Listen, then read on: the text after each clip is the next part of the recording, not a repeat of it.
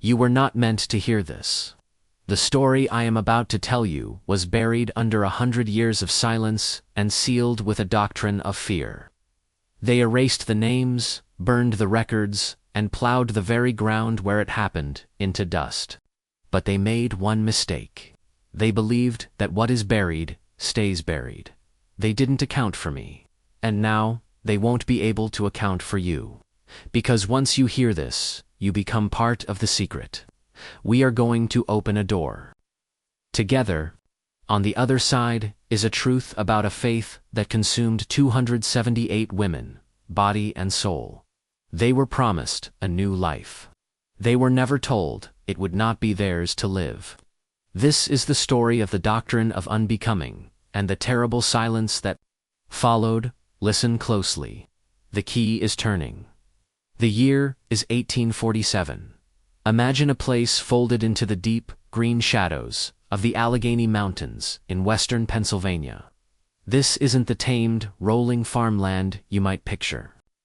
This is a wilderness of steep ravines, thick-shouldered hills, and forests so dense with hemlock and white pine that sunlight struggles to touch the forest floor, even at high noon. The air here is different. It smells of damp earth, of rotting leaves, of a profound and ancient solitude. The communities that cling to the valleys are isolated, not just by geography, but by spirit. They are small pockets of humanity, German pietists, Scots-Irish Covenanters, stray Methodist splinter groups hemmed in by a landscape that feels older than God. Here, faith is not a gentle Sunday affair. It is a raw, desperate thing, a shield. Against the vast, oppressive silence of the woods, the gnawing poverty, and the constant, quiet threat of sickness and death. It is a place where the veil between worlds feels thin, where old-world superstitions bleed into Christian scripture, creating a volatile, spiritual tinderbox. The people here are wary of outsiders, of government, of the educated preachers from the cities who speak of a distant, bloodless God. They hunger for a faith they can feel in their bones, a power that is immediate, tangible, and absolute. They are waiting for a prophet, a man who can walk out of the suffocating woods and give their fear and their faith a name. And in the spring of that year, he arrived. He called himself the Almoner, and he brought with him a truth more terrifying than any devil they had ever imagined. He did not look like a prophet. There was no wild hair, no blazing eyes. The man who called himself the Almoner was unassuming. His body lean and hard like a woodsman's, his face weathered, but his eyes possessing a stillness that was deeply unsettling. He spoke with the quiet authority of a man who has wrestled with angels and demons, and is no longer impressed by either. He claimed no divine lineage, no dramatic conversion story. His power, he said, came not from heavenly visions, but from listening. Listening to the voice of the earth, the whispers of the blood, and the secret, unspoken ache in the human soul. He never preached from a pulpit. He would stand by a creek bed, his back to a moss-covered boulder, and simply talk. And when he talked, the world seemed to stop. He spoke of the corruption of the church, of how it had become a cage for the soul instead of a key. He said that true faith wasn't about seeking salvation in the next life, but about achieving a state of unbecoming in this one. A shedding of the self, the ego, the messy, painful shell of mortal identity, to release the pure, divine essence within. It was a seductive and dangerous idea, especially for the women of these valleys, whose lives were cycles of relentless work, childbirth, and loss. He offered them not an escape, but a dissolution, a sacred disappearing act. Into this world walks Elspeth Mackay. She is 17, with hair the color of autumn leaves and a faith as fierce and untamed as the mountains she calls home. She isn't lost or broken. She is a true believer, hungry for a purpose worthy of her fire. Her father, a stern Presbyterian blacksmith, distrusts the almoner on sight, seeing in his quiet charisma the ancient shadow of the cult leader. But Elspeth sees a guide. She sees a man who understands the wildness in her own heart. She convinces her family to attend the first gathering, a multi-day revival camp. The almoner is establishing on a remote plateau, known locally as Sorrow's End. It is a name that will prove to be brutally prophetic. The camp at Sorrow's End was built not as a sanctuary, but as an instrument. The almoner directed its construction with meticulous, almost obsessive precision. A central gathering hall, built from unpeeled hemlock logs, stood in the center, its windows high and narrow, designed to draw the eyes upward while casting the interior into a perpetual twilight. There were no pews, only the cold, packed earth floor. Worship here was meant to be primal, visceral. Surrounding the hall were the cabins, simple and severe. But it was the other structures that hinted at a deeper, stranger purpose. A high, formidable wooden fence, its sharpened stakes pointing inward, encircled the entire compound. The almoner explained it was to protect the flock from the temptations and dangers of the outside world. But to Elspeth's father, it looked more like the wall of a stockade. Most peculiar was the almoner's private dwelling, built into the north-facing slope of the hill. It was more cave than cabin, a stone-lined chamber dug deep into the earth, with a heavy, iron-banded oak door. He called it the antechamber, the place where he would prepare the chosen for their final unbecoming. The rules of the community were absolute. All personal wealth was surrendered to a common fund. Families were separated, men from women, children from parents, to break earthly attachments. The doctrine of unbecoming was taught relentlessly. It was a complex, psychological tapestry that wove together threads of Gnostic heresy, folk magic, and a brutal interpretation of sacrifice. The almoner taught that the self, your name, your memories, your love for your family, was the husk, a prison for the divine spark. Only through intense spiritual discipline, confession, and ultimate surrender could the husk be shed, releasing the spirit to be harvested for a higher purpose. For Elspeth, this was intoxicating. It was a spiritual challenge of the highest order. She threw herself into the discipline, fasting, praying, trying to silence the loud, vibrant pulse of her own life. She wanted to be worthy. She wanted to be chosen. She did not yet understand what being chosen truly meant. The first unbecoming was a woman named Lydia Haas.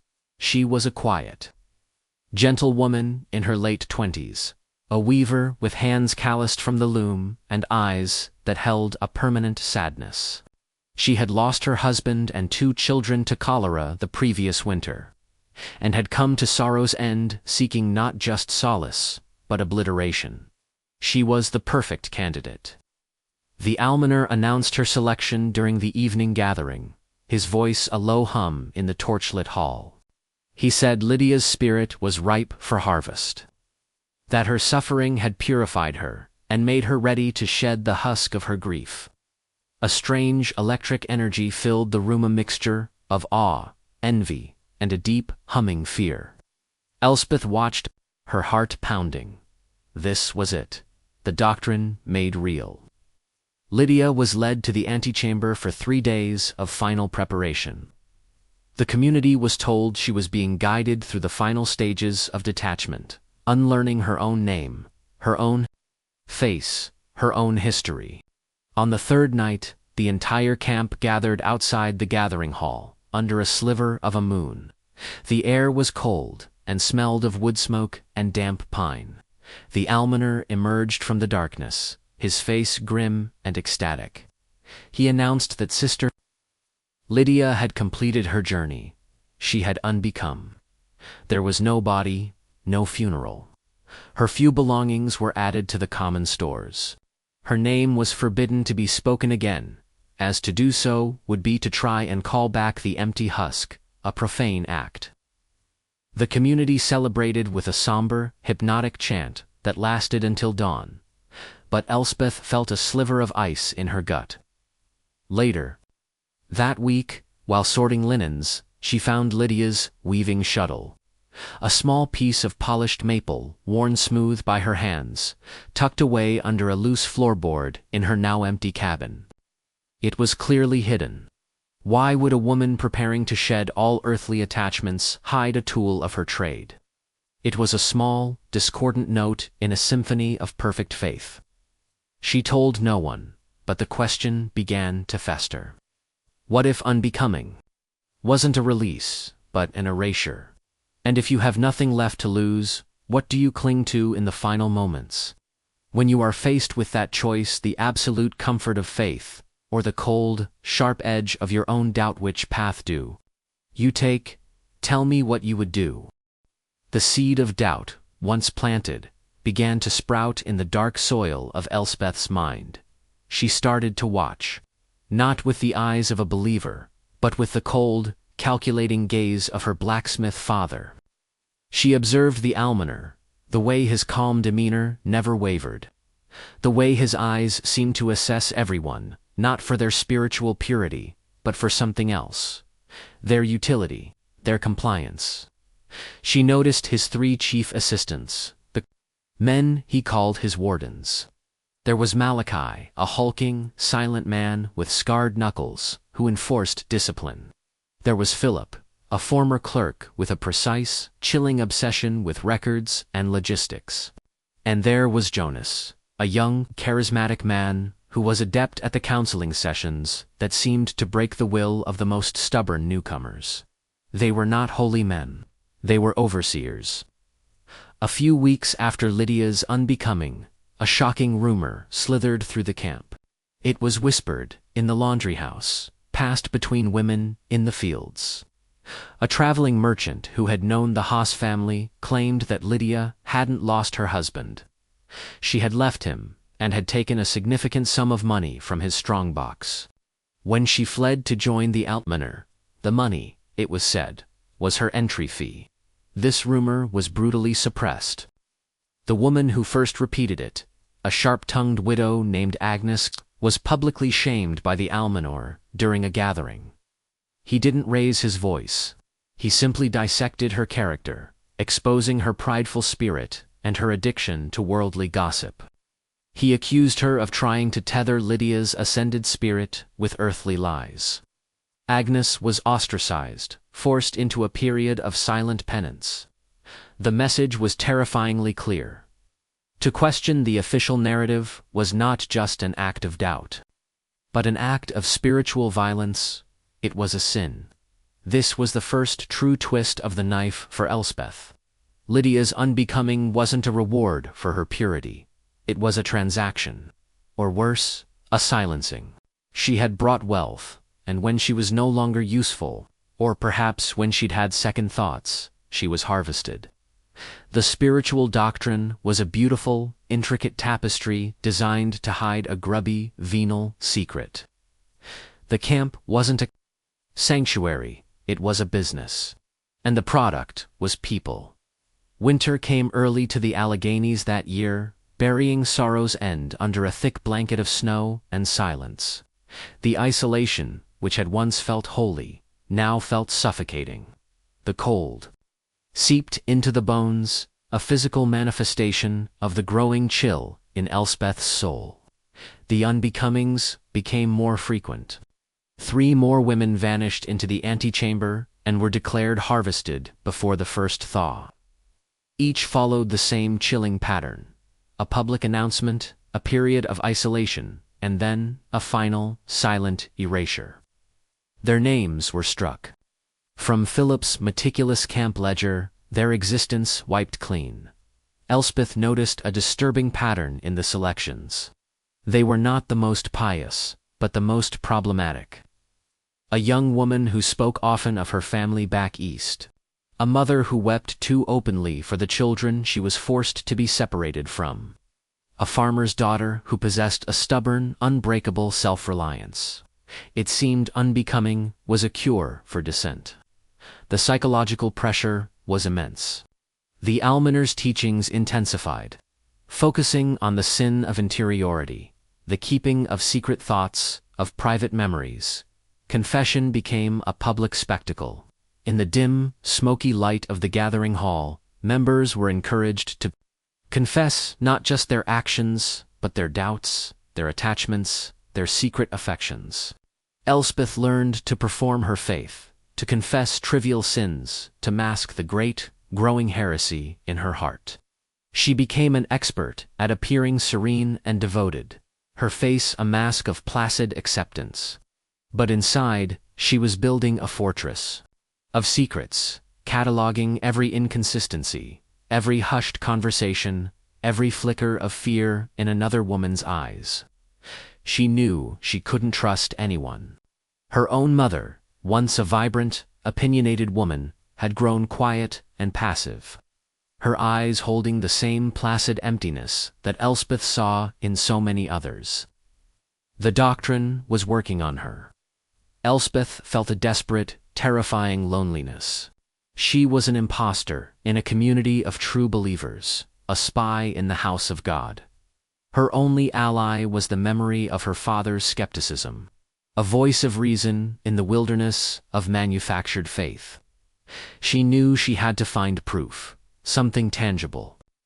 That would expose the lie. Her chance came during a week-long blizzard that trapped everyone in their cabins. The blizzard was a godsend, a cloak of chaos and confusion. With the wardens occupied distributing firewood and rations, and the almoner secluded in what he called a deep communion. The camp's rigid surveillance system relaxed for the first time in months. Elspeth knew this was her only chance. Her target was Philip's cabin. As the warden of records, he was the system's bookkeeper, the man who translated human lives into ink and paper. His cabin was small and set apart, and she had observed that he kept his ledgers, not in the common storage, but locked in a heavy wooden chest at the foot of his bed. She had to get inside. She feigned a fever, a common ailment in the crushing cold, and was confined to her cabin. Under the cover of the howling wind, she slipped out, her body wrapped in dark wool, a ghost against the swirling snow. The cold was a physical blow, stealing her breath. Picking the simple lock on Philip's door with a wire she'd taken from her father's forgotten toolkit was surprisingly easy. The cabin was unnervingly neat, smelling of dry paper and beeswax. The chest was locked with a heavier, more complex mechanism. Panic began to set in. She had only minutes. Remembering her father's words, "Every lock has a memory. You just have to feel for it." She worked the wire, her numb fingers fumbling. The lock clicked open with a sound that was deafening in the silence. Inside were the ledgers. The first was the public camp roster, she expected, with names neatly crossed out and the word unbecome written beside them. But beneath it was another. Book 1, bound in dark, unmarked leather. It felt cold to the touch. This was not a roster of souls.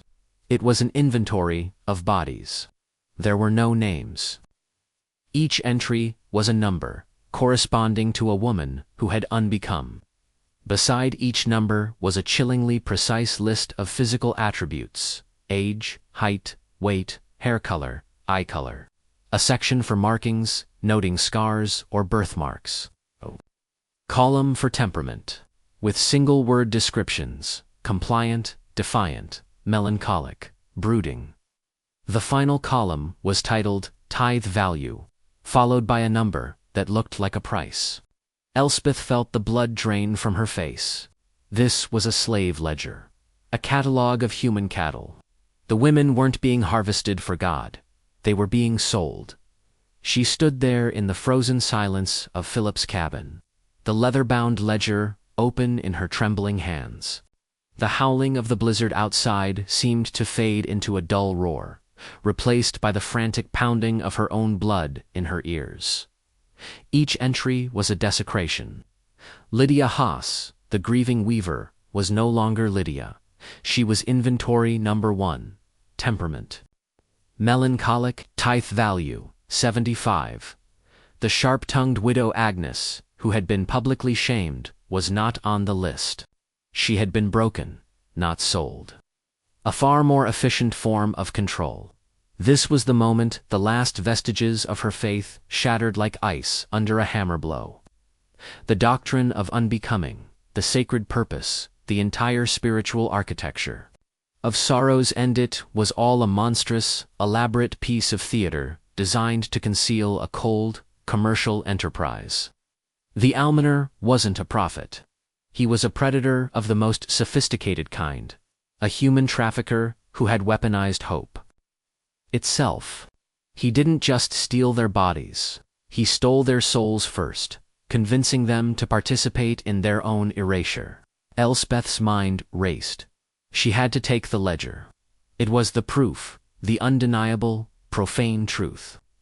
But as she moved to hide it under her cloak, she heard the crunch of footsteps in the snow outside. Philip was returning. There was no time to escape.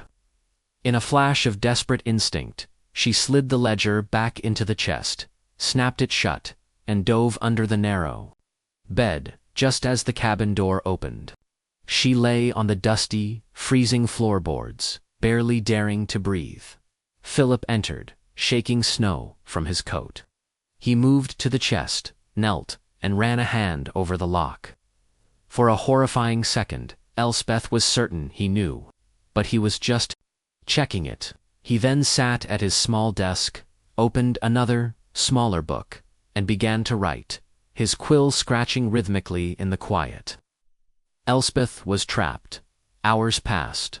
She lay cramped and shivering, listening to the man who catalogued human beings for sale, sharpening his quills, the sound scraping against her raw nerves. She realized then that this system wasn't just about the almoner. It required men like Philip. Quiet, methodical men who could turn a woman into a number without flinching. It was a bureaucracy of evil. Have you ever been punished for speaking a truth others were not ready to hear? Have you felt the silence of a room turn against you?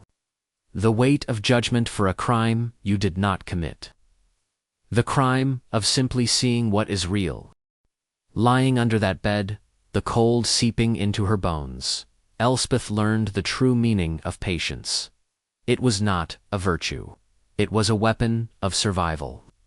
She matched her breathing to the soft sigh of the dying fire, quieting the frantic screaming.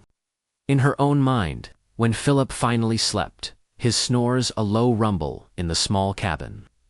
She slid out from her hiding place, a creature made of shadow and snow. She did not take the ledger. She couldn't risk it.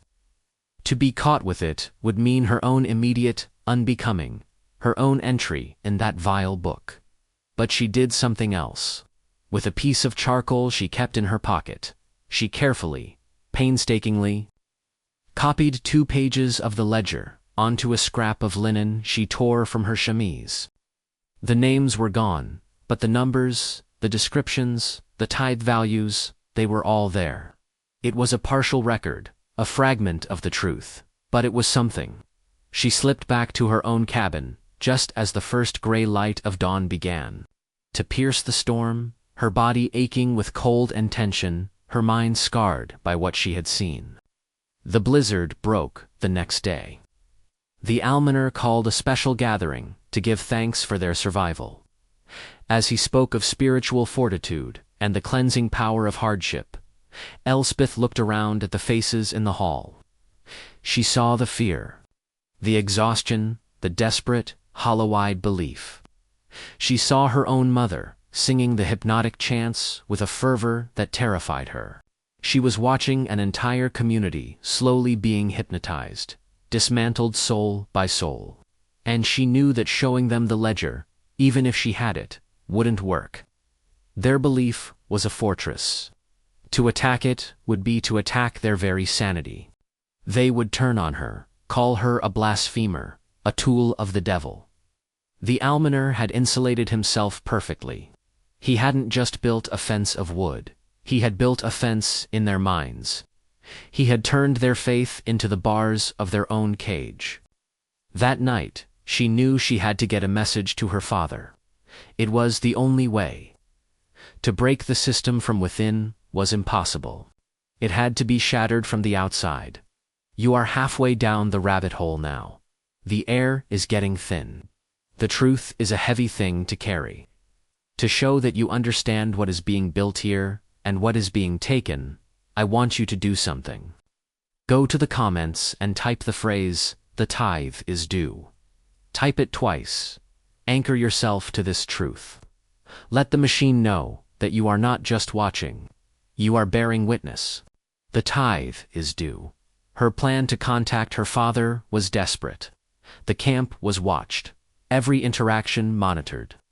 The only contact with the outside world was through a single trusted merchant from the town of Somerset, who came once a month with supplies. His name was Silas, a grim, hawk-nosed man who bartered salt and iron for the camp's surplus timber and crops.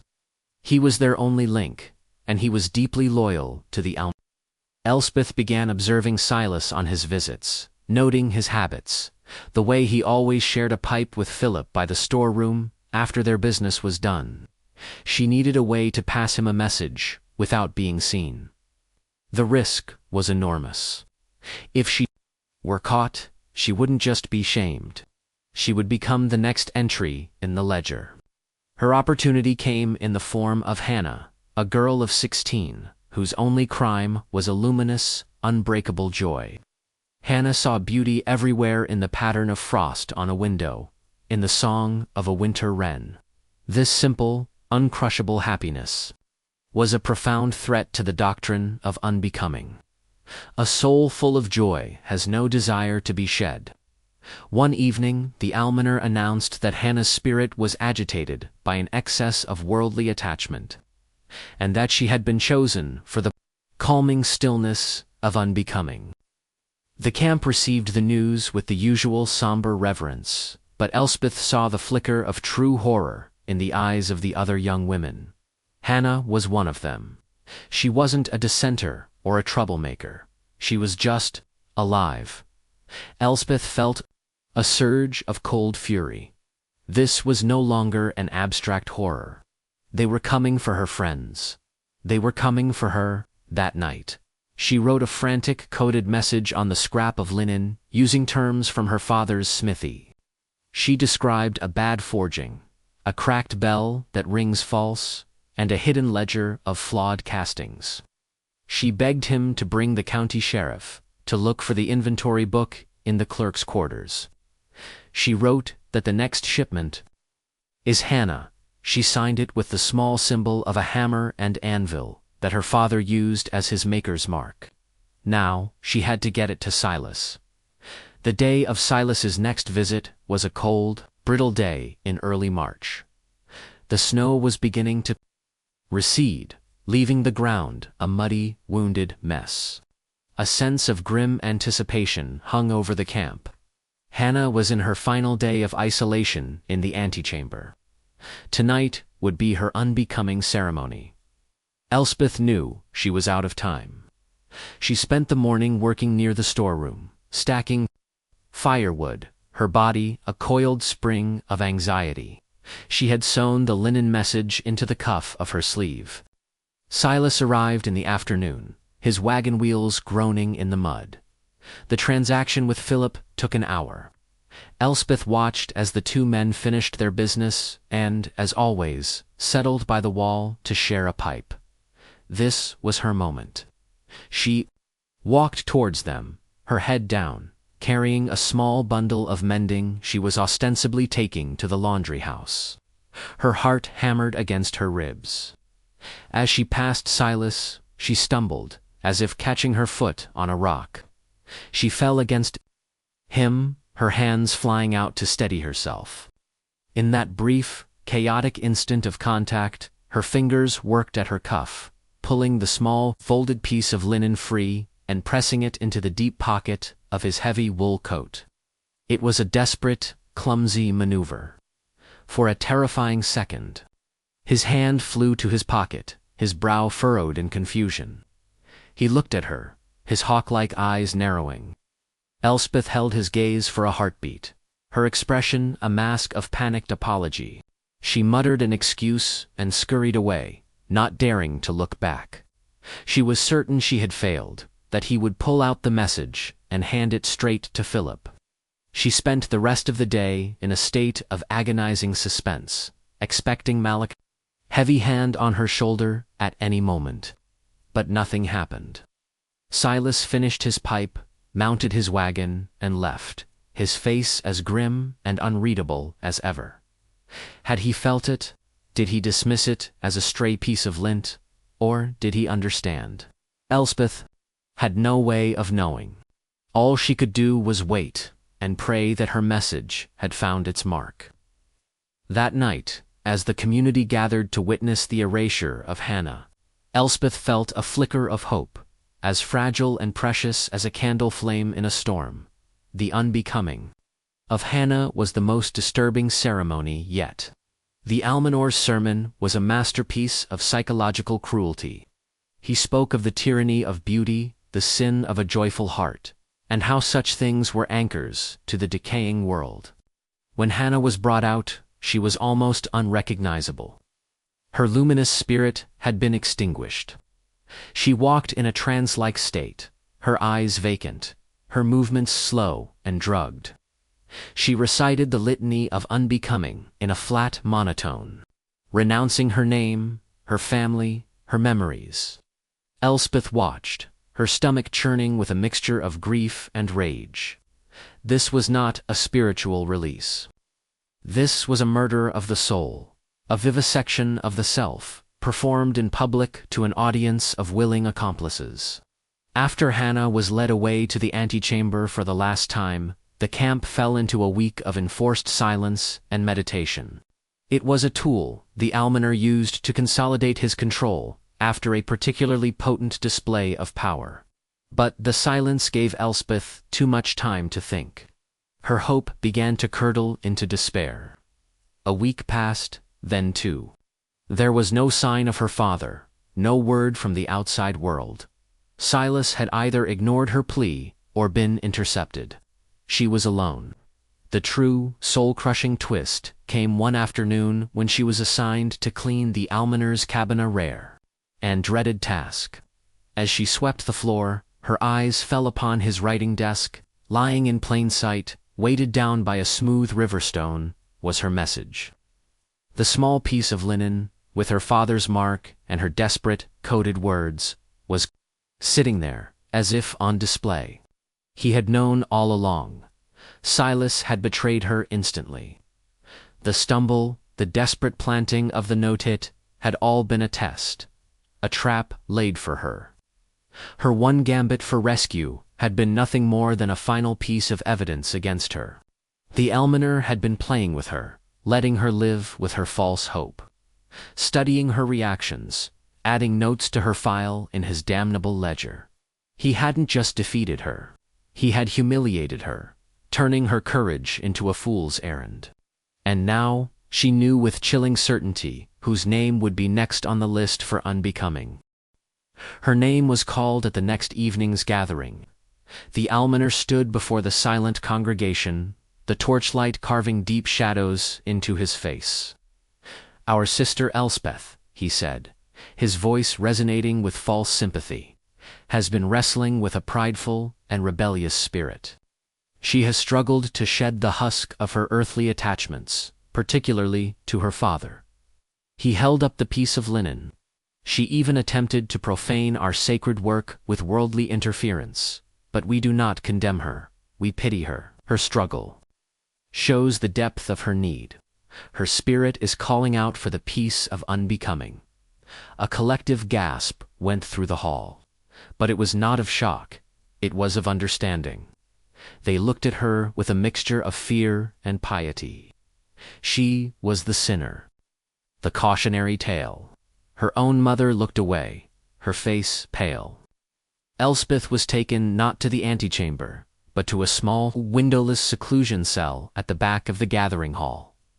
As Malachi, the silent warden, locked the heavy door, she prepared for the end, but the end did not come. Instead, hours later, the door opened, and Jonas, the charismatic warden, entered with a lantern and a small stool. "The almoner is merciful," Jonas said, his voice soft and reasonable. "He sees your strength. He believes it is being misused. He is offering you a choice." Elspeth said nothing, her eyes fixed on him with cold hatred. "Unbecoming is for the simple," Jonas continued, leaning in, his voice dropping to a conspiratorial whisper, "the followers. But there are those who are meant to lead, to manage. The almoner believes you have the intelligence, the fortitude, to be a warden, to serve the doctrine in a higher capacity." He was offering her a position in the system, a promotion from livestock to ranch hand. Then he delivered the final, devastating blow. "Your father is a practical man, Elspeth," Jonas said, a cruel smile touching his lips. "When Silas delivered your message, we sent one of our own to speak with him. A business proposition. It turns out, a man can overlook a great deal for the right price. The monthly tithe we pay him to ensure his silence is quite generous. He understands now. He is part of the work." The world tilted.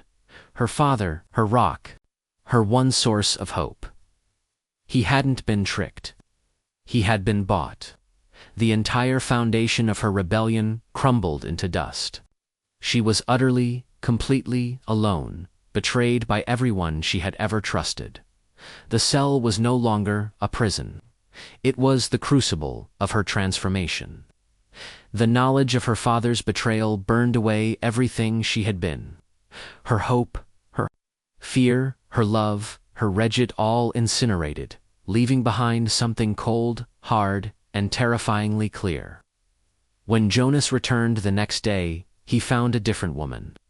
Her eyes were no longer defiant. They were empty, calculating.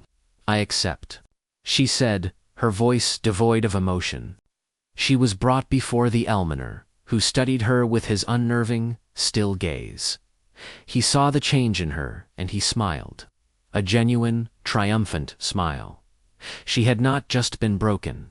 She had been remade in his image. She spent the next weeks being initiated into the inner workings of the camp. Philip taught her the cold calculus of the ledgers. Malachi showed her the pressure points of physical intimidation. Jonas instructed her in the art of psychological dissection, teaching her how to find a person's deepest fear and turn it into a lever of control. She learned that the women were being sold to wealthy, powerful men in Philadelphia, Baltimore, and beyond, men who wanted wives or servants with no history, no family, no will of their own.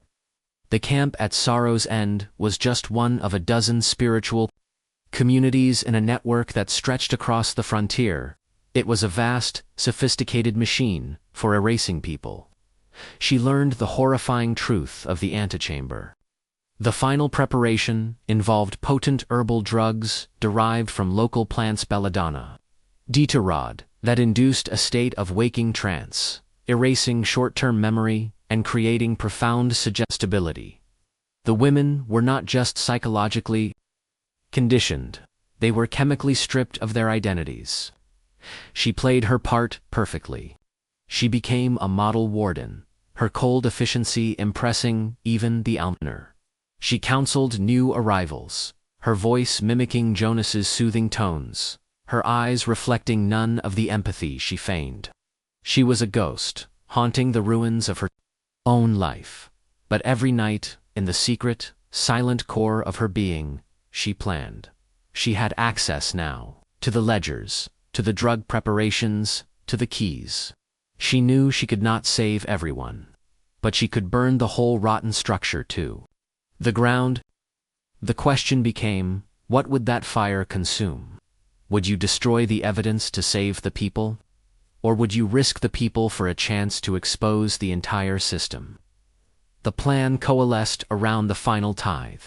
The almoner announced that a consortium of their most important patrons in Philadelphia required a special shipment of 10 women, the largest harvest ever attempted at once. It was to be a great ceremony, a testament to the success of their work. Elspeth was put in charge of preparing the offerings. This was her chance. For weeks, she had been secretly skimming a portion of the raw ingredients for the trance-inducing drugs, replacing them with inert lookalikes. Her plan was to create a diluted, ineffective batch for the ceremony. The women would be sedated, but not erased. They would still be themselves. The second part of her plan was fire. On the night of the ceremony, while the entire camp was focused on the gathering hall, she would set fire to the storeroom where the ledgers were kept, and to the almoner's antechamber, destroying the records and the drugs, the heart of the entire operation. It was a suicide mission. There would be no escape for her. The night of the final tithe arrived. The 10 chosen women, their faces blank from Elspeth's diluted draft, were led into the great hall. The almoner began his sermon, his voice weaving its dark spell. Under the cover of the chanting, Elspeth slipped away. She moved like a phantom through the camp, her heart a cold, steady drum. She reached the storeroom first. Dousing the floor with lamp oil, she tossed a lit match and watched the flames erupt, consuming Philip's meticulous records of human misery. Then she ran to the antechamber, the almoner's profane sanctuary. She unbarred the heavy door and threw in her last torch, but as the flames began to lick at the stone walls, she saw something in the back of the cave. A small wooden chest she had never seen before. Driven by a final, desperate curiosity, she dashed inside. It was unlocked. She threw back the lid. It wasn't gold or documents. It was filled with dozens of small, crudely carved wooden birds. Each one was unique. Tucked among them was a small, folded piece of paper. It was a letter, written in her father's hand. "They are lying," it read. "I did not take their money. I am coming. Silas will bring the marshals. Play your part. Survive. I am coming." A floorboard creaked behind her. She spun around. The almoner stood in the doorway, the firelight dancing in his eyes. "Did you really think," he said softly, "that I would not know my own chemistry?" The almoner's words hit her with the force of a physical blow. The diluted drugs, the fake compliance. He had known everything. He had let her play out her little rebellion, anticipating every move. "Your father is a fool," the almoner said, stepping into the smoky chamber. "But a predictable one. We have been watching the marshal's office for weeks. They are not coming for you, Elspeth." The fire in the antechamber roared, casting flickering demonic shadows on the walls. Elspeth looked from the letter to the almoner, her mind struggling to connect the pieces. The letter was real. Her father's betrayal was the lie. Her despair, her transformation, her cold-hearted acceptance, he had manufactured it all, using a lie about the one person she trusted. It was his final, most exquisite act of psychological torture. "You have such fire," he said, his voice laced with a strange admiration. "Such a powerful will to resist. That is the essence we truly seek, not compliance. The most potent spirits are the ones that fight back." In that moment, she finally understood the true nature of the doctrine of unbecoming. It wasn't about creating docile servants. That was just the commercial side of the business. The true purpose, the higher purpose, he always spoke of, was the harvest of the human will itself. The breaking of a strong soul, he believed, released a psychic energy, a spiritual essence, that he and his hidden patrons could literally consume to enhance their own vitality and influence. They were not just slavers, they were cannibals of the soul. He lunged for her, But Elspeth was no longer the girl who had entered this valley. She was something forged in deception and betrayal. She grabbed the heavy chest of wooden birds and swung it with all her might, striking him across the side of the head. He staggered back, stunned, a look of genuine surprise on his face. The chest broke open, scattering the small birds across the floor. As she scrambled past him toward the door, she saw them. Each bird had a name carved into its base. Lydia, Hannah, Sarah. One for every woman who had been harvested. They weren't trophies. They were markers. Proof. She scooped up a handful and ran. Ran from the fire. Ran from the hall, where 10 women were about to be truly erased. Ran into the dark woods as the alarm bells of the camp began to ring behind her. She did not stop running. For 2 days, she moved through the wilderness, fueled by a fury that had burned past exhaustion. She ate berries and drank from streams, the small carved birds, digging into the flesh of her palm inside her pocket. She did not know if her father was alive or dead, if the marshals were a lie or simply too late. On the 3rd day, she stumbled upon a logging trail and followed it until she collapsed on the outskirts of Somerset. A wild, spectral figure covered in soot and scratches. The story she told the sheriff this time, a different man in a different town, was met with the same disbelief, until she produced the wooden birds. The names carved into them matched the names of women who had been reported missing from communities all over the county. An armed posse rode for Sorrow's End that afternoon. But when they arrived, they found only silence and ash. The camp had been abandoned. The gathering hall was a smoking ruin. The antechamber was a blackened cave. There was no sign of the Almanor, his wardens, or any of the remaining followers. The 10 women chosen for the final tithe were gone, vanished as completely as all the others. The system had evacuated itself, folding back into the shadows from which it came. The ledger Elspeth had burned was the only complete record.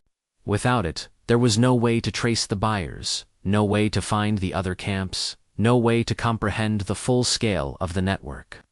There was only the testimony of a traumatized young woman and a pocketful of crudely carved birds. Elspeth Mackay lived, but she never truly escaped Sorrow's End. She spent years trying to find the other women, working with the few authorities who believed her. But the network was too deep, too powerful. Doors were closed. Records were lost. The powerful, men who had bought souls in the hills of Pennsylvania, remained untouchable. She never saw her father again. He had disappeared the day he set out with Silas to find the marshals. The doctrine of unbecoming did not die in the fire. It simply changed its name. It seeped into other movements, other systems of belief that preach the virtue of surrender. The nobility of self-erasure. The idea that your identity is a sickness to be cured. The predators of this world are infinitely adaptable. They no longer build camps in the deep woods. They build them in the mind. They use ideologies, wellness, cults, corporate psychologies, and political movements to convince you to hand over the keys to your own soul. They will promise you peace, or purpose, or purity. They will tell you that to be free, you must first unbecome yourself. But what they want is your will, your fire, your divine spark of defiance. They want to harvest the very thing that makes you human, leaving you a hollowed-out husk, smiling and serene, while they feed on the essence you gave away. The 278 women are not a ghost story from a forgotten century. They are a warning. A warning that the most dangerous prisons are the ones we are convinced to build for ourselves. The ones we are told are sanctuaries. They built a prison of faith and called it salvation. We unlock these places. If you believe some doors should never be closed again, find the red button and subscribe to the sealed room. become a key.